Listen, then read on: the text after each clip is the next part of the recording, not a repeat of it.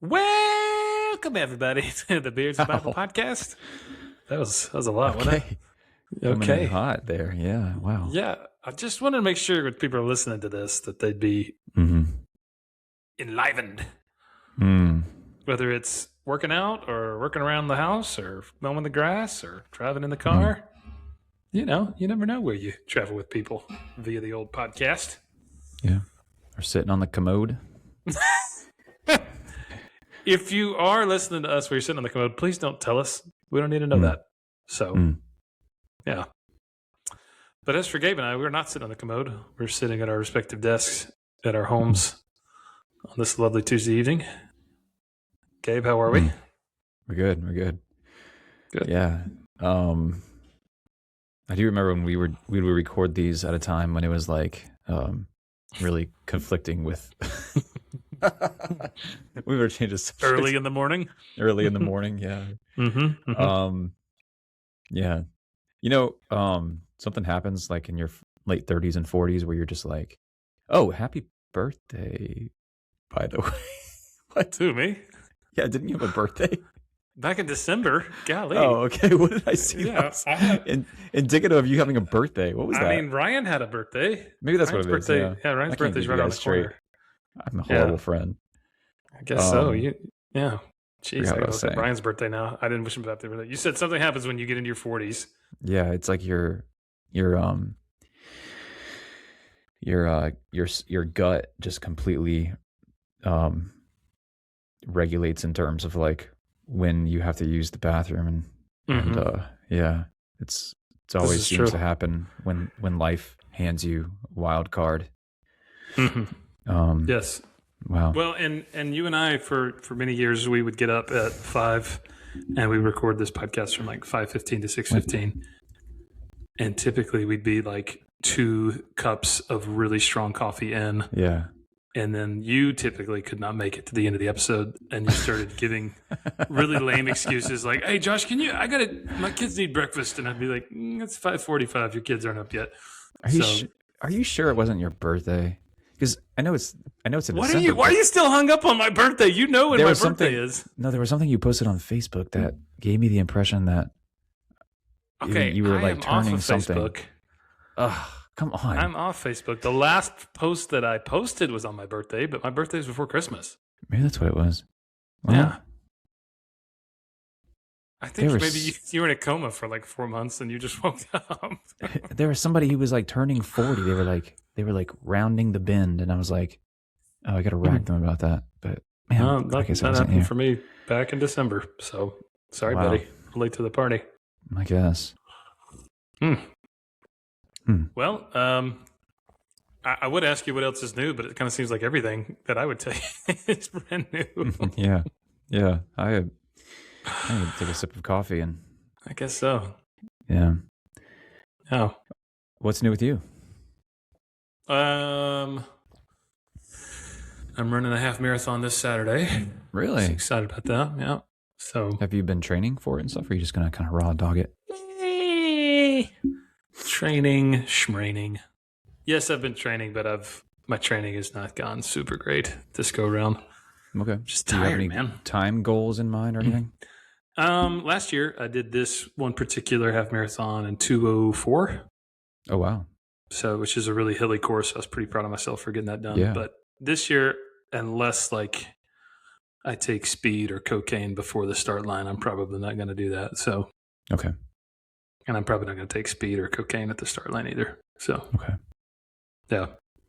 I don't know. We'll see how it feels Saturday. I may just enjoy the course and just have a good time running the race, and I may just see if I can PR it. But I Yeah. don't know.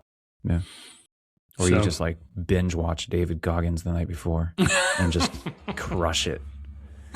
Yeah. And I then don't like, know. you roll your ankle in the first mile. Yeah, that's when listening to David Goggins goes wrong, because a true David Goggins disciple would run 10 miles Through on a it. broken leg. Yeah. You know, Which he is not good for enlisted in anybody. he enlisted in the Air Force, was it? I know he was a Navy SEAL and a Green Beret, which is pretty unusual. Most people aren't able to do that. Yeah.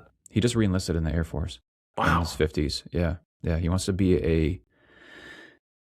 something like one of those Air Force guys that call in fire and stuff, I think. Oh, okay. I forget they call Like it. an air support type A guy. PJ or something like that. Yeah. Hmm. Yeah, it's just kind of like out of the blue. Like, you know, how Yeah. he goes like silent on social media, then he pops back up, and it was him like in an Air Force uniform. Like he super Wow. random. Yeah, he's a little much for me, but Yeah. I don't know. I'm probably not going to do Gabe Goggins because I want to be able to walk later on that day when I'm officiating a wedding. So, Yeah. but yeah, I'm looking forward to that. April's been super, super, super busy for us as a family because my oldest is in The Hobbit. Oh, okay. So he's playing Bomber, the dwarf, in The Hobbit in the community theater. And then my daughter has a dance recital that she's getting ready for. And we've got all sorts of church stuff and then this half marathon. And yeah, about ready for it to be over. But yeah. I think I know what busy? it was. I think I know what it was, the 40-year-old thing. What's that? I think it was your sister posted a birthday telegram on Instagram of a guy who was turning 40. Oh, okay. And I think that's what Yeah. it was. And I think, Yeah. And she, No, that's me. okay. That's Yeah, not me. That's no. some guy my sister did a telegram for. So, Which I saw your sister entered the fray of politics a little bit. You know, she Did she normally really? does comedy stuff. Okay. And yeah. I watch her comedy videos of her doing these birthday singing telegrams, which are always funny and awkward. But I saw that she entered the fray of politics, and I was just reading through some of the comments. I was like, man, she's getting some heat. Yeah, this is why I'm off of social media. FYI. Okay. I wasn't sure if you're okay. Not because of that particular, just because of everyone entering the fray of politics. Yeah. And whereas like the best part of social media for me is stupid reels to send back and forth to you and Ryan and other friends of ours. The worst part of social media is people entering the fray of politics and arguing with other people. So that's kind of why I'm like off. it's like a vortex that like sucks you in. And the more you engage with it, the more it rewards you with more things they think will trigger you. Yeah. And it's just, I don't think there's ever been any single person, I could be wrong, but I would bet my house that there's not a single person who's ever changed their political position because they read somebody's post on social media about it. Yeah. I could be wrong, but I don't think I am. I think it's just rage bait and brain rot smut that draws you in. And no, thank you. So I'd much rather watch videos of people falling down. Speaking of rage bait, I think we should do a series or at least one episode after this at some point about Donald Trump's Jesus pictures he's been posting lately. And just kind of talk about those. Yeah. Just kind of process through those. That's oof. Yeah. For a later day, I think so. Yeah. I've really enjoyed this series we've done on Noah's Flood, and it's kind of been a welcome distraction from cultural issues, to be honest. But there is a lot going on in the world right now, including a president who's slowly snipping into senility and and blasphemy on levels we've never seen before. So yeah. Oh, Lord, I have a theory that he's not. I actually think that he's mentally all there. But I think I've had this theory for a long time that when you're extremely wealthy and extremely powerful, and then you come within a fraction of an inch of the back of your brain being blown to smithereens, and you just happen to turn your head a little bit and it missed it, and then that happens, there's a couple more attempts on your life. Sure. I think that deeply changes you and who you are and how you view the world and how much you care about things, what people think about you. I think that really impacted him on a deep emotional level that we fully don't understand. So if you just like put yourself in his shoes for a minute, and like people are telling him that, dude, God saved your life. You were chosen by God. Like you get this kind of complex. Oh, I see what you're saying. Yeah. It just almost kind of like a Messiah complex. You start to believe your own hype, that kind of thing. Yeah. Almost. That makes sense. Yeah. But at the same time, it's like this weird thing of like, yeah, my life is extremely fragile. And if I've been spared from death, I have to do something with that. Oh, so yeah, I don't know. I could see that. Like in that sense, he's like doing the things that he feels like he needs to do to make points and prove certain points, even if it's going to get him a lot of criticism. Yeah, maybe. Yeah. I'm not really sure how to unpack it sometime. AI generated image of him as being Jesus really. Mm-hmm. I don't know what he was hoping to accomplish in that, Yeah, I don't know. And then saying, "Oh, I thought it was a doctor." Oh, okay, because that's how doctors dress. But yeah. Anyway, golly. Yeah, the world is a wild place out there. Yes, it is, and it was wild enough for God to send a flood to try to wipe it clean. And then after the flood, when the waters receded, did that mean that all the problems of the world were fixed, Gabe? What do you think? No, they definitely weren't. Sounds a lot like Genesis chapter 9. It does sound like Genesis chapter 9. Man, what if we talked about Genesis chapter 9 tonight, life after the flood? What do you think about that? Yeah, let's do it. All right. Would you like to read Genesis 9, or would you like me to? Yeah, I can read it. Okay. Read it for us. Make sure I got all of it here. Yeah. Well, and while you're looking it up, I was going to give some context before you start reading. Oh, yeah, go for it. Okay, so context, if you've been listening to this series, obviously, world is very wicked. All sorts of stuff going on. Go back to Genesis chapter 6. You can read that. God tells Noah to build an ark, and Noah is to be spared the wrath of God as he and his family are aboard this ark with a remnant of creation, certain animals and things that God is sparing, basically to do a total reset. And so it rains, the windows of heaven are opened up, the fountains of the deep come up, the whole earth is covered with water, and then it recedes. And here we are at Genesis chapter 9. They're getting off the ark. God sent a rainbow in the sky. We talked about that last time. It's the bow that he sets down, the same word used for a bow, like used in war. And that leads us to chapter 9. Yeah. You may proceed, good sir. Okay. Or you guys can just pause it and go read Genesis 1 through 8. That's always a good idea. God blessed Noah and his sons and said to them, "Be fruitful and fill the earth," which is an echo back to Genesis 1:28. "The fear and the dread of you will be upon every wild animal, every bird in the air, every creature populating the ground, and all the fish of the sea. They have been handed over to you. Every moving thing that lives will be food for you. Just as I gave you green plants before, so now I give you everything. Only flesh with its life, which is its blood, you are not to eat. I will certainly demand an accounting for the blood of your lives. I will demand it from every animal and from every human being. I will demand from every human being an account for the life of his fellow human being. Whoever sheds human blood by a human being will his own blood be shed. For God made human beings in his image. And you people, be fruitful and multiply. Swarm on the earth and multiply on it."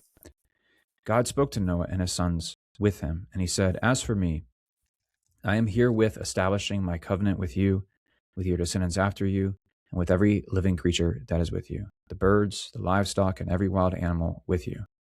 All going out of the ark, every animal on earth. I will establish my covenant with you, that never again will all living beings be destroyed by the waters of a flood. And there will never again be a flood to destroy the earth." And God added, "Here is a sign of the covenant I'm making between myself and you and every living creature with you for all generations to come. I am putting my rainbow in the cloud. It will be there as a sign of the covenant between myself and the earth. Whenever I bring the clouds over the earth and the rainbow is seen in the cloud, I will remember my covenant, which is between myself and you and every living creature of any kind. And the water will never again become a flood to destroy all living beings. The rainbow will be in the cloud, so that when I look at it, I will remember the everlasting covenant between God and every living creature of any kind on earth." And God said to Noah, "This is the sign of the covenant which I have established between myself and every living creature on earth." The sons of Noah who went out from the ark were Shem, Ham, and Japheth. Ham is the father of Canaan. These three were the sons of Noah, and the whole earth was populated by them. Noah, a farmer, was the first to plant a vineyard. He drank so much of the wine that he got drunk and laid uncovered in his tent. Ham, the father of Canaan, saw his father shamefully exposed and went out and told his two brothers.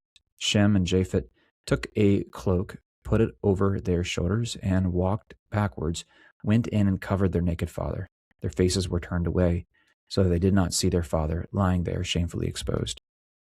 When Noah awoke from his wine, he knew what his youngest son had done to him, and he said, "Cursed be Canaan. He will be a servant of servants to his brothers." Then he said, "Blessed be the Lord, the God of Shem. Canaan will be their servant. May God enlarge Japheth. He will live in the tents of Shem, but Canaan will be their servant." After the flood, Noah lived 350 years. So in all, Noah lived 950 years, and then he died. Very interesting. I remember as a kid, we used to do flannel graph of the story of Noah and the ark. And we would color coloring sheets of the animals going into the ark. And even Noah coming out of the ark. And God saying, "Be fruitful, multiply, fill the earth." But there was one thing we never did a flannel graph of or a coloring sheet of. Oh, yeah. That was Noah drinking too much wine. He passes out naked. Yeah. That would be kind of an interesting story. Yeah. So obviously there's a lot going on with this. Some of it's pretty straightforward. Some of it's a little bit more subtle. And then some of it's like, what in the world? And that is the incident near the end of chapter 9 of Noah is the man of his soil. But Gabe, we're just going to walk through, I guess, this passage and just talk through what it means. So you mentioned kind of the first big thing, and that's verse 1. Be fruitful and multiply and fill the earth. So what is God doing with that? Yeah, this is kind of like one of the final pieces of the puzzle when he's kind of recreating the earth post the flood. We saw before this in like Genesis 8. We saw it kind of followed the template of Genesis 1, where it starts off with the wind is passing over the water, and then the earth comes forth, just like we saw in the creation story in Genesis 1. And then we see vegetation emerge through the bird bringing the olive leaf back. So like there was vegetation apparently. And then it goes on, and in Genesis 1:14, it talks about how there will be seasons, and they'll use a celestial, entities to determine the times and the seasons. And then we saw in Genesis chapter 8, verse 22, it says there will be sowing time and harvest, cold and heat, summer and winter, day and night. And then finally we get to the second to last piece of this recreation process where God's now telling humanity to be fruitful and multiply. So it's kind of cool. He's saying, hey, this is a fresh, clean start for you guys. I've wiped the slate clean in here. Yeah. I want you to repopulate the earth. So a little different than Genesis 1:28 in that there is this an awareness now of sin and God's judgment. And yet, even though the world has seen the consequences of sin in a very real way, there is still this purpose to humanity, even after that global judgment, which is pretty interesting to think through. How about verse 2? It says, "The fear of you and the dread of you shall be upon every beast." So you kind of mentioned this last episode when we were talking about why the animals would have been able to come to Noah, but unpack what this means and maybe why this is. Oh, yeah. We talked about Noah bringing all the animals onto the boat. It was like 2 of every unclean animal and then 7 pairs of every clean animal. And then we're talking about like logistically, how did he get that onto the boat? And I was theorizing that maybe they weren't afraid of him and he just kind of had to like lure them onto the boat, I guess. Yeah. But then, yeah, it's interesting. Post-flood, they do have a fear and dread, which I don't know why. That's an interesting dynamic. Like, why does the Bible describe like animals as suddenly having fear? Yeah, so I in kind of preparing for this episode, I read some Tim Mackey from the Bible Project and Michael Heiser as well, and their kind of theories is that now that harmony that's implied in Eden has been fractured and disrupted. Hmm. So now the world is marked by this tension of hunter and hunted. Whereas we have no reason to think in the garden that Adam and Eve would have gone after animals to eat them for food. That would have been like their friends, right? You don't want to eat your friend for lunch. Yeah. And so that kind of rolls into verse 3 of Genesis 9. Every moving thing that lives shall be food for you. So there's like this changed environment because of sin, even though there's like a restoration to an Edenic, am I saying that right? Edenic state, kind of. Yeah. Mm-hmm. But even within that, there's like this realism that now the whole creation is groaning under brokenness caused by sin. And now there's a more complex relationship with creation. And that is, yes, stewardship, like we see in the garden, but also consumption. And human survival would now imply the taking of animal life. Does that make sense? Yeah. So it's like, here's a new opportunity for you to start, this creation project again, but under the weight of the consequences of your sin. Yes. Which is interesting. It kind of reminds me of looking forward in time in Isaiah chapter 11, verses 6 through 9. It talks about a reversal of this again.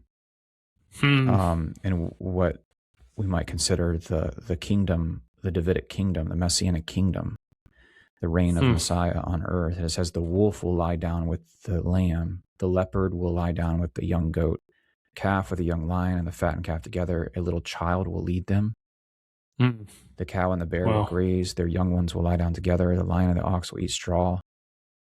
The nursing child will play over the cobra's hole, and the weaned child will put his hand over the viper's den.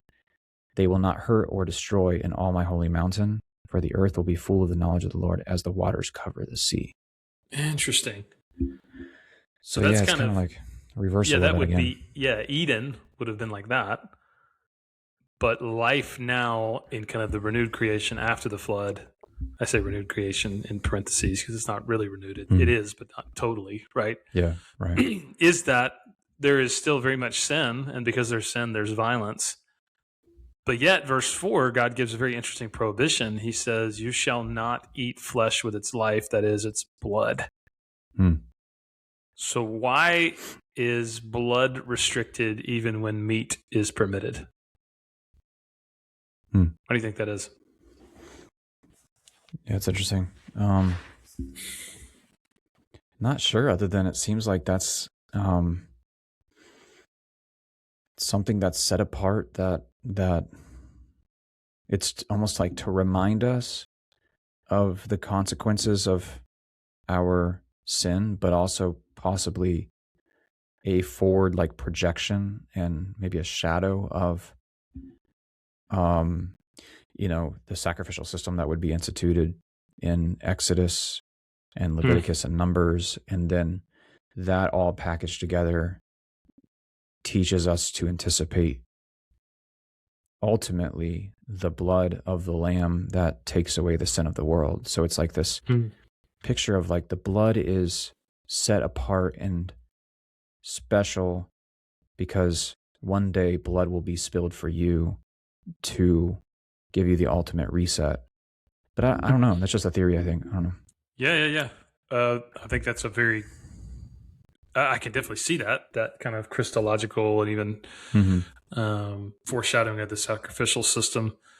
I think it was Tim Mackey wrote that the blood represents nefesh, life, that Hebrew word. And nefesh belongs to God. It's not ours to take for no reason, right? And so even as the meat is permitted to be eaten, the blood is not, because that's not ours, that's God's, right? And that is even extended in verses 5 and 6 that says, whoever sheds the blood of a man, by man shall his blood be shed. So there was this kind of unchecked violence in Genesis chapter 6 before the flood.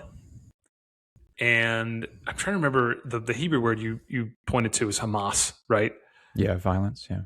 That their mind was always set on violence. They were always set on wickedness. It was just unchecked, unrestrained violence. But now God essentially puts it back on humanity to say, I want to establish justice and address violence. You are now responsible for addressing violence. You're now responsible to institute systems to restrain violence. And that's kind of a mandate that God gives to humanity, which I think is super interesting. Mm-hmm. Yeah.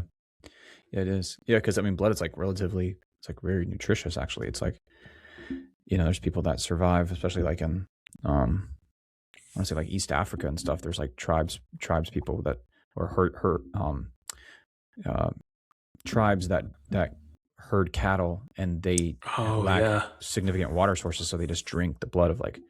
But also, it's interesting is that you see a lot of pagan rituals, which probably are going to begin to spring up towards the end of Noah's life, are going to use blood for things like rituals and necromancy and sacrificial meals and stuff. And whereas Israel was repeatedly told to stay away from consuming blood. And it echoed all the way down into Acts 15, where Gentiles are told to abstain from drinking blood. So it's like that commandment, that abstaining from drinking blood, goes all the way down into the first century. It's like just 2,000 years ago. So I think it's interesting. It's like it's retained its significance, I guess, in terms of like the symbol of it, and how that is not something we are to consider food. Yeah, that's super interesting. Mm-hmm. Yeah, so something about the blood, in the shedding of blood, is also connected with verse 6, where it says, "For God made man in his own image." And so even though there's been judgment towards humanity, the image of God still remains intact. So even the most sinful humans still have human dignity, which is really interesting to think through, right? Yeah, it is. And this becomes really the foundation for ethics and justice and the value of every person throughout the rest of Scripture. But something I didn't notice until I was preparing for this is that this covenant God reestablishes in verses 9 and 10 is not just to Noah and his offspring. It says in verses 9 and 10, "I will establish my covenant with you and your offspring, and with every living creature." So why is that? Yeah, it's almost like this is the one promise that, if not kept, will affect every living creature, and that is the flooding of the earth.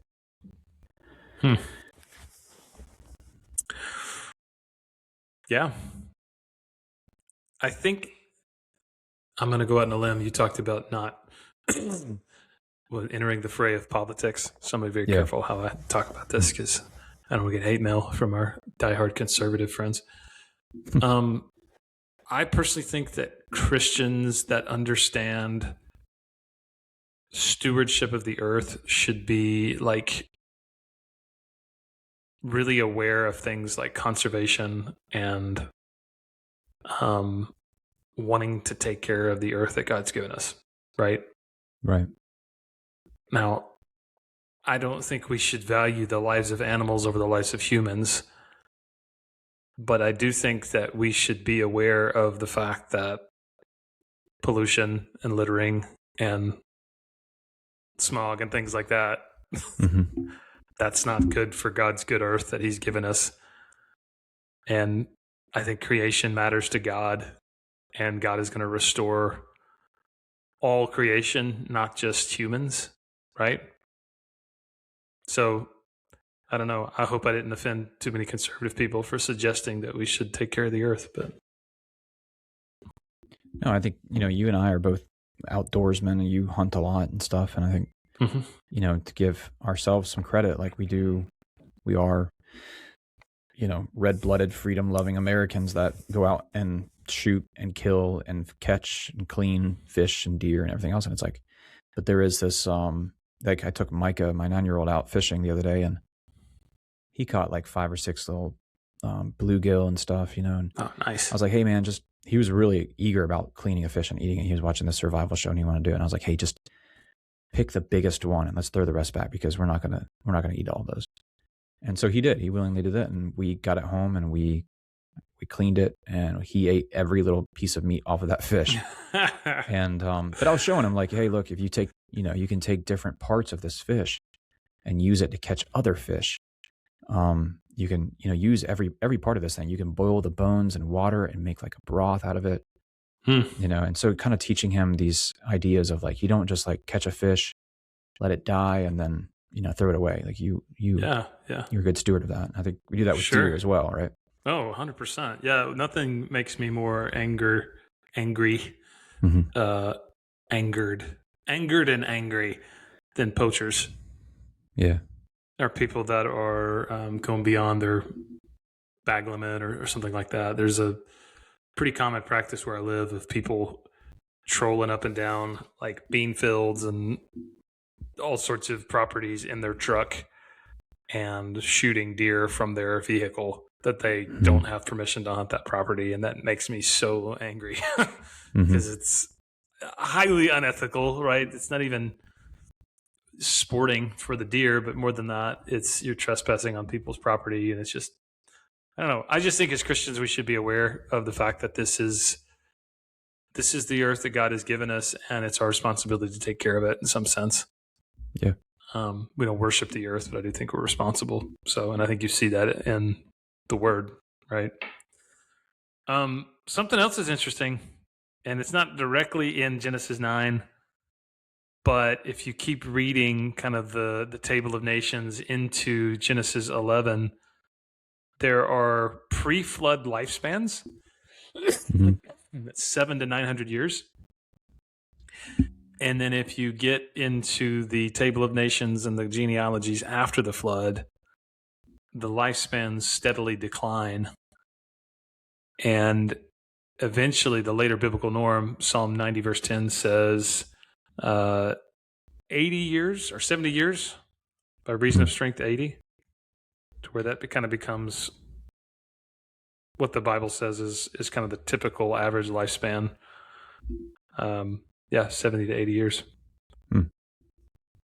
So there's been a lot of theories as to why, but something about the post-flood world no longer sustains extreme longevity. So Gabe, why do you think that is?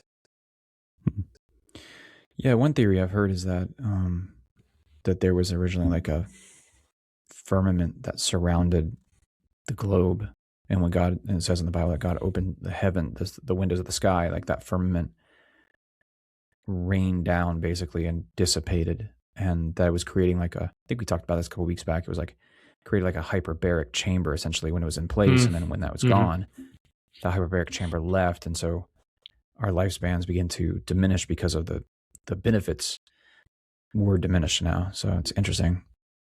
Yeah. But what's interesting is that doesn't really go into full effect until Moses dies. Yeah.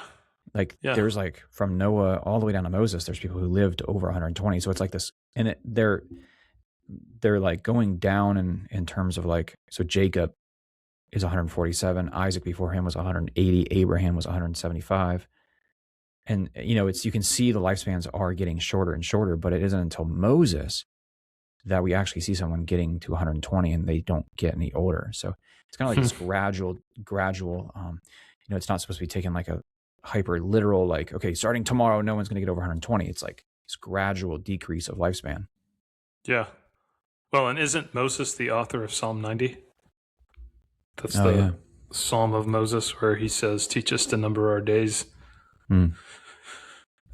so that we may present before you a life of wisdom.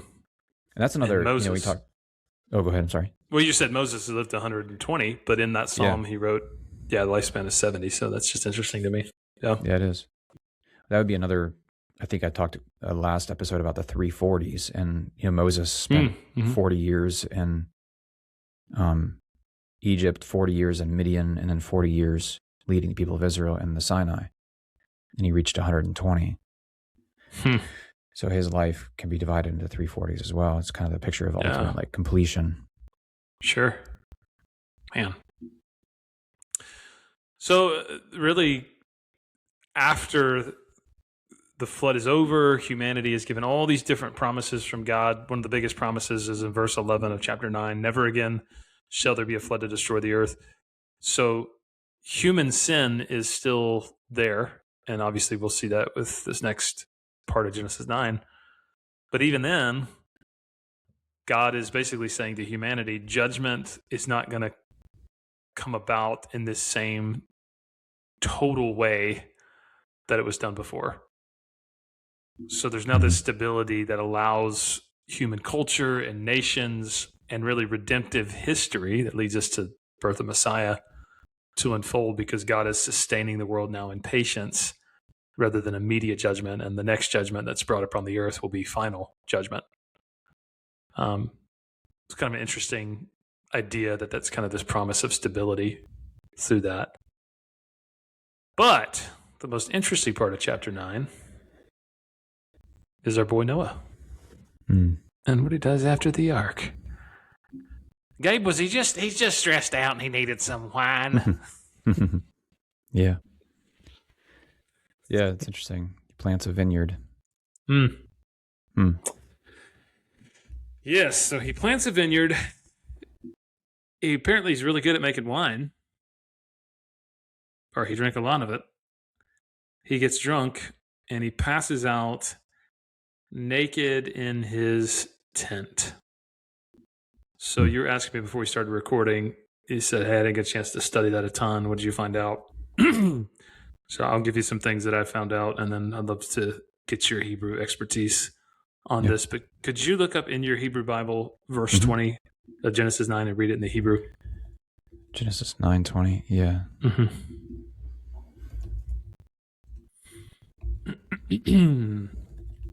Because many people kind of point to verse 20 as helping us understand this episode. Noah, a man of the soil, proceeded to plant a vineyard. Let me see what it looks like in Hebrew here. Okay. Vayachal Noach ish ha'adama. Vayita, and then karim. So literally Noah began to be like a ha'adama, like that's someone of the earth. And he planted a vineyard, Kiram. Yeah, so here's what scholars are pointing to. So Adamah means man of the earth. It sounds a lot like Adam. And so Noah is presented as kind of this new Adam. And so he's like this reset figure, and he emerges into a cleansed world. He's the man of the soil, right? Which is interesting. And as he's a man of the soil, he's an Adam, right? Yeah. He's kind of like Adam in being a cultivator of Eden. And just like Adam, he fails. And this time, he is naked, just as Adam was exposed and realized he was naked. Yeah. That's interesting. Yeah. Yeah. So it's kind of saying, hey, look, the problem is not the environment, right? We have Eden 2.0. But here we go again, right? So it's not that even after this massive, total, cataclysmic judgment, now the human condition has changed. No, the human condition is very much still the human condition. It's that redemption is going to require more than a new start. It's going to require a new kind of human. And so this kind of gets us to this verse. And if your Hebrew Bible's open, look at verse 22 and read that for us, because this is kind of key to understanding this narrative, which says that Ham saw the nakedness of his father. Vayore Cham Avi Canaan et Arvat Aviv Vayigad Loshne Echav Bechutz.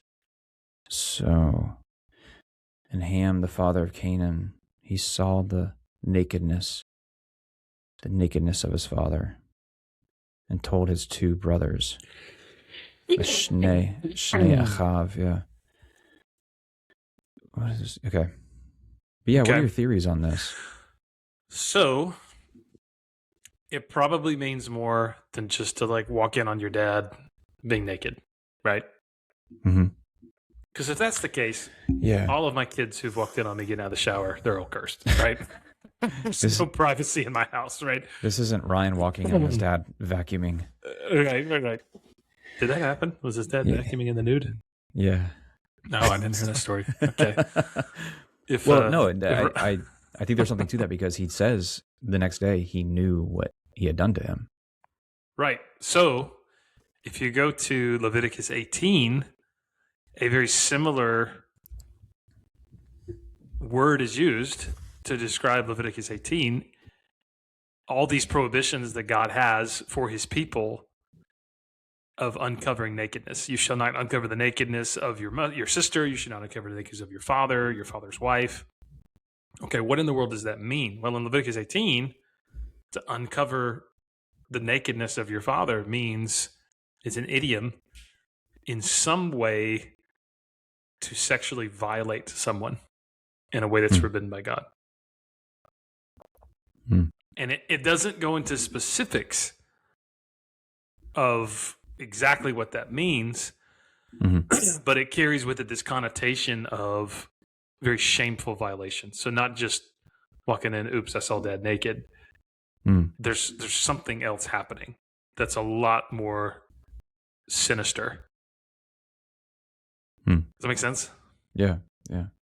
What kind of fits that picture of the new Adam too? Like they sinned in the garden and then they were noticeably indecent. They were They were shamed. Right. So there he is, passed out as the new Adam, right? He's passed out naked, drunk, and then he's shamed. So there's nothing in the text that would give us the specifics of what that would actually have meant. But the consensus is that Ham's sin against his father was a serious act of dishonoring his dad. So at worst, it could be he in some way sexually assaulted his father.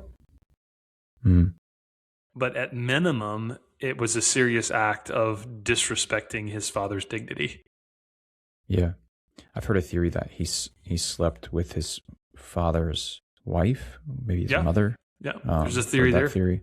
Yeah, because the whole uncovering your father's nakedness in Leviticus 18 could also mean that, sleeping with your father's wife, right? Yeah, it's an interesting connection. So it's almost like how we say nowadays, like how we say instead of like saying, oh, so-and-so had sex with that person, we say, oh, he slept with her. Right. It's like almost like a circumlocution of like, we can say something when there's children in the room, like we can say, oh, he slept with her.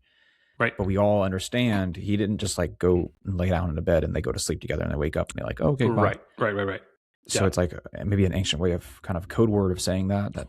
Sure. But you see this happen again in Genesis 19, where almost like this new Adam scenario too, where Lot and his daughters and wife leave Sodom and Gomorrah. They leave this thing the city that's being purged and being judged, and they flee. They're the remnant that get out, and they go hide in a cave, and then Lot's daughters get him drunk, and they sexually defile him. They sexually so they can have an heir, so they can have children. Exactly. Yeah. But it's like a mirror image of the story of Noah and his son. Yeah. The template is there, and it's like same thing again. Yeah. So going back to Genesis 3, right? So in Genesis 3, you've got nakedness, you've got shame, you've got dishonor, you've got like all this stuff going on, but then God provides a covering. So in verse 23 of Genesis 9, Noah's other two sons, Shem and I always say Japheth, but how do you say that in the Hebrew? Japheth. Okay. Japheth. They walk backwards and they cover Noah in a some scholars have said almost like a ritual. There's like this ritualized thing trying to preserve his dignity. So Ham exploits his father's vulnerability and violates his father in some way that we don't really know. But Shem and Japheth, if I'm saying his name right, cover their father's nakedness as a way of saying there's a covering provided for someone's weakness, right? And so moral markers in this new world that still very much has the presence of sin, because obviously Noah sinned in getting drunk and passing out naked. Like, he shouldn't have gotten drunk, right? But honor and restraint, not exploitation of someone else's vulnerability, kind of show what morality means and looks like. Yeah. And in some way, one could say that points back to what the Lord does for Adam and Eve in Genesis 3. Yeah. Yeah. He covers them. He clothes them. He doesn't prey upon their vulnerability and exploit their weakness because, they sinned. He provides a covering. So now Shem and Japheth. Japheth. Yeah. Do that. That's interesting. Yeah. So then the most puzzling part of the story is that when Noah wakes up and he realizes what Ham did. So how would he realize what Ham did unless what Ham did was something pretty serious, right? Right. He doesn't curse Ham. He curses Canaan, Ham's son. Which is really interesting. It is. So if you know anything about the book of Joshua and the Exodus, the Canaanites are the ones who will later oppose Israel in the land. And here we see that Canaan is put under a curse by none other than Noah, the preacher of righteousness. So Michael Heiser, great biblical scholar, I listened to him give a talk on this passage, which is really interesting. Talks about how Genesis often is telescoping generations for theological purposes. And he's kind of pointing out the fact that Canaan will later become this nation that Israel struggles with over and over and over again. And it's not just like a political thing. It's rooted in this moral and theological lineage. And so really the story of Canaan being cursed is kind of just laying the groundwork for that struggle. Mm-hmm. Yeah. In the same way, though, I'm not really sure why Noah pronounces a judgment on Canaan instead of Ham. What do you think? Yeah, I don't know. Like you said, it could have just been the theological or genealogical telescoping, where it's like, as this oral history is being handed down, it could be that the person who is finally putting ink to paper and writing down the story of Genesis is surrounded by people called the Canaanites, who are descendant of Canaan. So it's like this telescoping forward and saying, these people that are here in this land that was promised to Abraham and Isaac and Jacob, these people are the ones that were cursed by God back in the Genesis 9. But I don't know. It's interesting. Yeah. One, I think it's gotquestions.org, which is a great website, says Canaan was cursed instead of Ham because God had already blessed Ham and Noah could not reverse that blessing. Oh, yeah. Interesting. And so we almost see this like idea of Ham's youngest son is a punishment for Ham's disrespect regarding his father's nakedness. So it's this prophetic curse of the Canaanite culture, which was characterized by immorality. Yeah. So a lot going on with that, though. At any rate, man. We had a professor in college named Dr. Ken Myers. And what was his favorite phrase? At any rate. Anytime he would say it, he'd go, and clear his throat. Clears throat a lot. Yeah. So there's a lot going on here. Genesis 3 is kind of showing up. Adam and Eve are exposed in their nakedness and require covering. Noah's exposed. His sons either dishonor him, one of them does, and then the other cover him. And so theologically, nakedness represents vulnerability, shame, the need for a covering. And Scripture is going to develop this idea in that God is the one who provides the ultimate covering for our shame. So those are just some thoughts of scholars on this passage. But yeah, I think more than anything, Noah is the righteous man, and even the most righteous man falls into excess and shame, which is like a sad reality of now the world is remade, and there's righteous people in it, but even righteous people are sinful. Yeah. Right?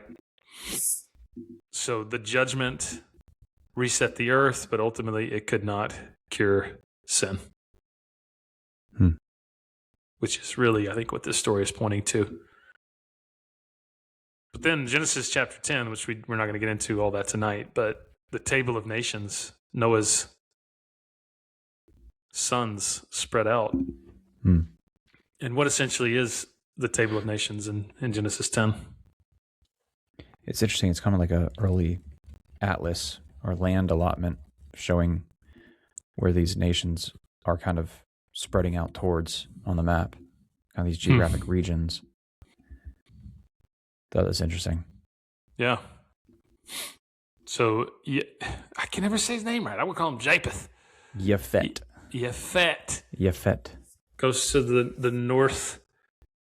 So the northern coastal peoples, he settles in the Aegean regions. And his sons include Gomer, Magog, Madai, Javan, which is where we get the Greeks. Shem goes to the east. So it is from Shem that the Hebrews are descended. And then Ham goes to the south. So this would be Cush, Mizraim, which is Egypt. Obviously Canaan, son of Ham. And this section includes also Nimrod, so the mighty hunter who establishes Babylon and Nineveh. So it's interesting. Sidebar, there were many very racist, I don't want to call them theologians because they weren't really theologians, that took this passage in Genesis 9 to say that the curse of Ham is that they had black skin and they were going to be enslaved. And their slavery was justified because of the fact they were put under a curse. So, yeah. There's a lot of people that used some of these passages to justify, African slavery, and sadly, even the Church of Jesus Christ of Latter-day Saint held the view that blacks were perpetually cursed and could not hold a priesthood until 1979 or something. Yeah. In the 1970s, they reversed that. Yeah. That's not what that means, obviously. There's more going on here, right? But we see from these nations, Shem, Ham, and Japheth, fan out into the earth, and they diversify into distinct people, lands, and identities. And this really establishes this framework for global history. We have nations, cultures, and all that seems to be going smashingly. God tells them to spread out and be fruitful and multiply, fill the earth. And then they decide they're all going to come together on the plain of Shinar and rebel against God and build a giant tower. But that's a whole other story for a whole other episode. But Micah the other night was asking me, he's like, Dad, where do we come from? And I was like, what do you mean? He's like, well, Americans, like, where do Americans come from?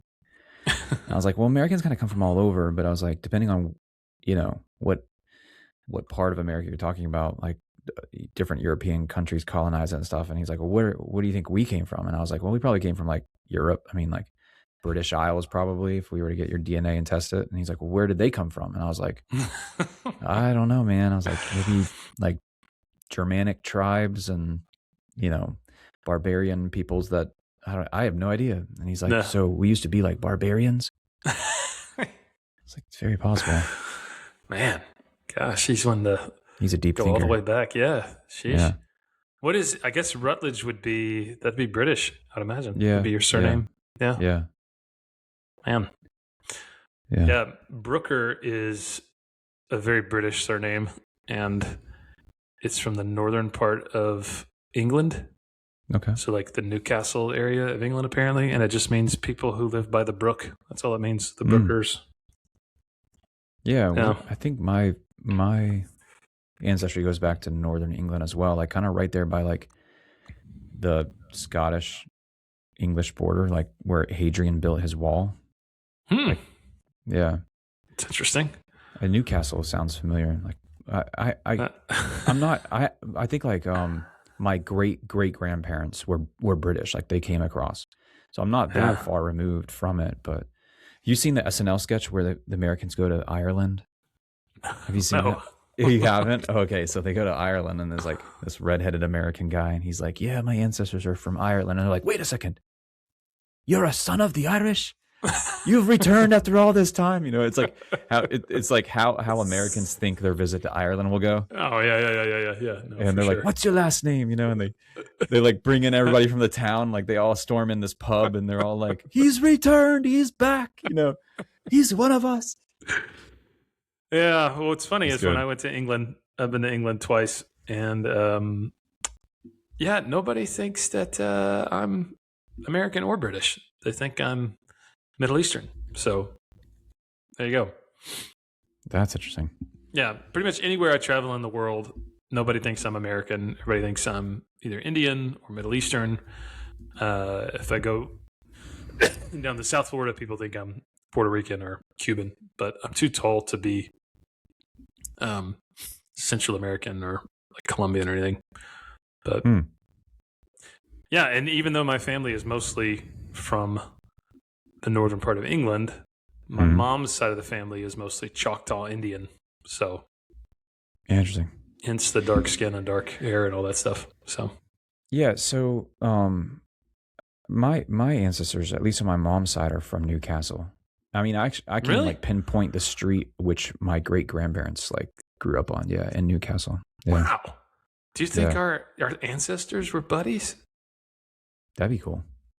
Yeah. Well, I just looked up Rutledge. Rutledge means, let's see, what does it mean?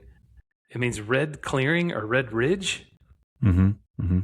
And Brooker means by the brooks. So maybe your people lived somewhere near the loud stream. Yeah. And they were neighbors. My people probably conquered your people. Exposed their nakedness. Well, my Native American ancestries were surely conquered by your people and my people. So. Oh yeah, that's true. Yeah. Interesting. Well, the study of origins is always interesting, and I think it's interesting to go back to the book of Genesis and kind of look through that. Genesis is a crazy book. You read through it, and you're like, oh, okay, there's not much going on here. But then you actually start digging into it, and there's a lot more that meets the eye. So I think the overall takeaway from me just doing the study, which I really enjoyed going through these handful of chapters, is like, yeah, me too. That humanism is flawed, and like we can kind of get ourselves on a pretty good track and trajectory, but over time, it's like our imaginings and the desires of our flesh and our hearts ultimately will lead us into chaos, into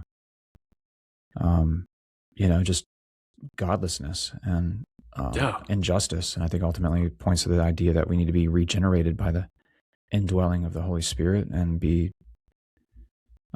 renewed and long for a coming kingdom on earth when that Edenic state will be restored. I think that's kind of what I take away from all this, is that it's kind of leaves you this kind of depressed, like, oh man, it's a mess. Yeah. But then has you looking forward to it. Yeah, it kind of seems like in the Old Testament, right, when you see like